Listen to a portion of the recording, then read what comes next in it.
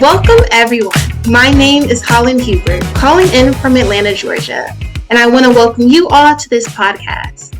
I'm in my junior year at Spelman College in Atlanta, Georgia, majoring in biology on the pre-medical track. I am an alumni member of the Patriots Nesby Junior Chapter and want to welcome you to the Patriots Nesby Junior Chapter podcast. Let's keep it moving on the podcast, sponsored by SA Tech, Northrop Grumman, and the Richmond Foundation. Today, we have Marseta Dill with us. Marseta Dill is currently the Deputy Chief Data Officer at the Federal Aviation Administration. This entails providing leadership for the FAA's data strategy and enterprise capabilities needed to execute on the vision. Welcome, and thank you so much for joining me today. Thanks for having me. Of course. Now, I know I did briefly introduce you, but could you introduce yourself and let us know how your career led you to your current role? So I've been with the Federal Aviation for over 15 years, believe it or not. And, I've been fortunate enough to have some amazing opportunities and experiences. And I would say I've worked with data pretty much throughout my career. I've been an analyst where I've provided reports for decision makers. I've been a portfolio manager where we leverage data for project metrics to assess the overall health of our portfolio. And I've also been a chief of staff where it was all about providing timely and accurate information quickly.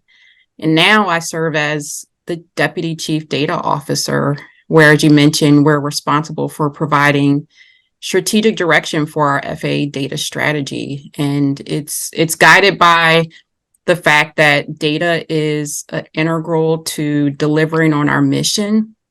And it's important that we treat it as such. Now, what inspired you to necessarily go into engineering or to study engineering? Well, I would say that I definitely enjoyed math and science classes when I was in school. Wow. I actually remember in my senior year, I was taking physics and I had to work on a group project where we had to build a bridge out of toothpicks. And unfortunately, I did not win the contest. So our bridge did not hold the most weight, and nor did I decide to study civil engineering.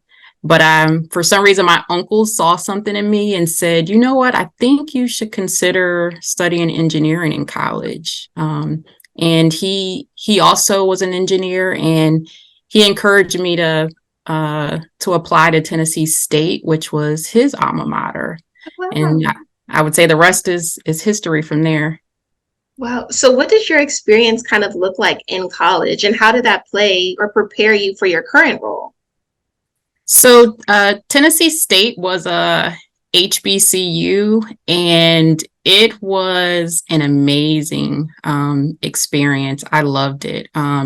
It was really all about community building. So all of the students in the engineering program was very close knit. And when I was there, we studied under an amazing dean, Decatur Rogers at the time. And he really focused on not only graduating engineers who were technically strong, but he ensured that he taught us life skills. So we took additional sessions on leadership, critical thinking and problem solving, communication skills, and just operating in our core values. And to this day, I contribute a lot of my success to, the things that I was taught at Tennessee State and the network that I was able to build while I was there.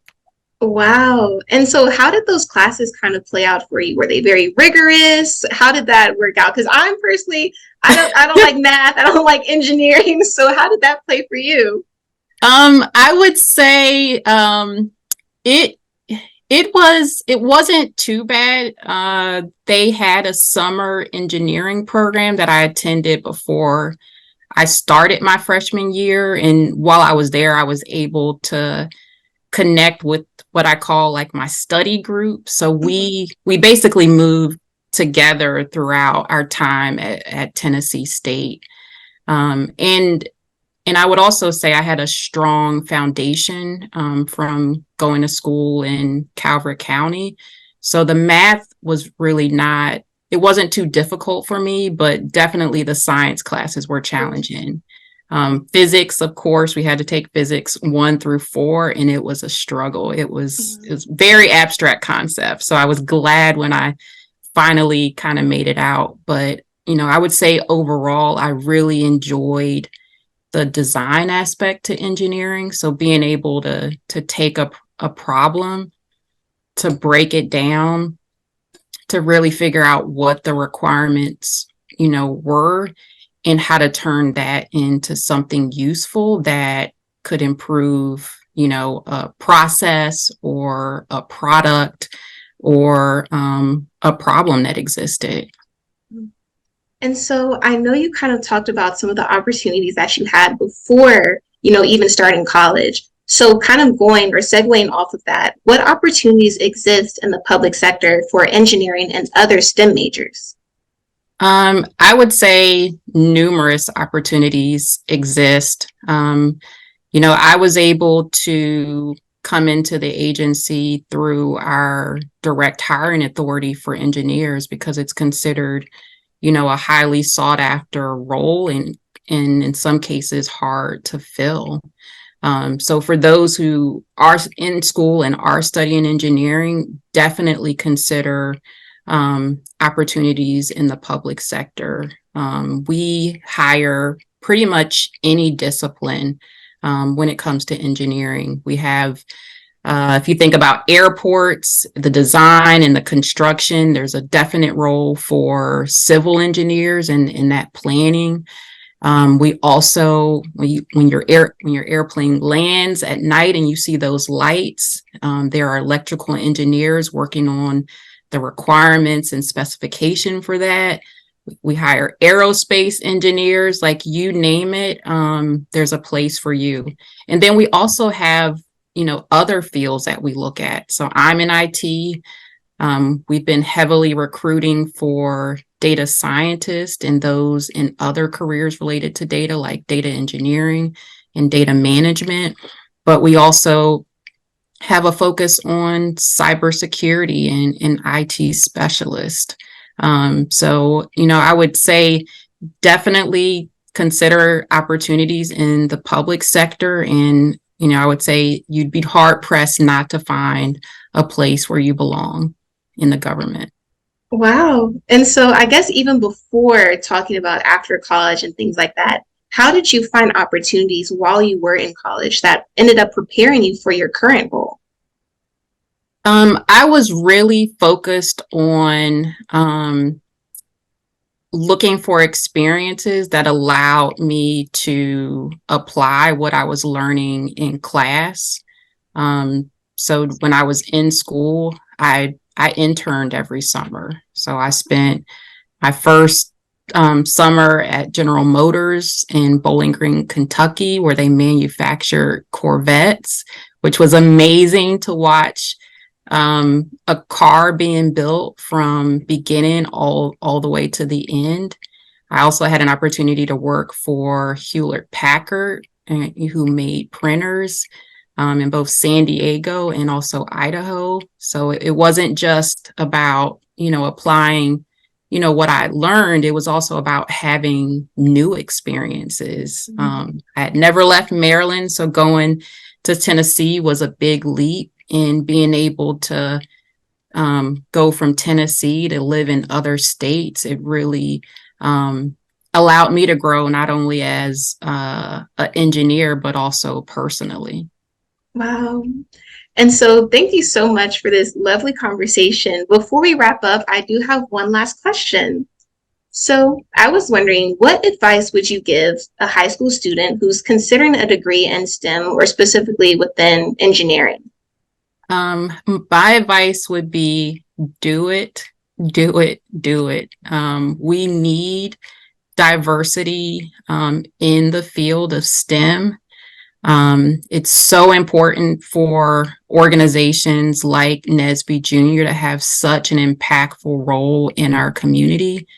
And as I mentioned earlier, the reason why I'm here is because I had a role model around me to encourage me to pursue engineering. And it's so important for kids to have that in their life. And I think there's just so many opportunities for us to benefit from those future engineers that are coming behind us. Yes. Thank you so much for that lovely advice and for even being on this call with me today. It was my pleasure. My pleasure. And to all of our listeners out there, I hope you all enjoyed that interview. I want to thank each and every one of our listeners for jumping on the Let's Keep It Moving on the podcast. We must also thank SA Tech, Northrop Grumman, and the Richmond Foundation.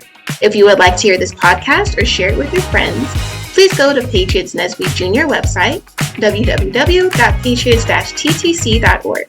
Please send us an email at podcast@patriots-ttc.org and let us know what you think about our show. Until our next show, let's keep it moving on the Patriots NSBE Junior podcast. This is Holland. And this is Marseta. Signing off.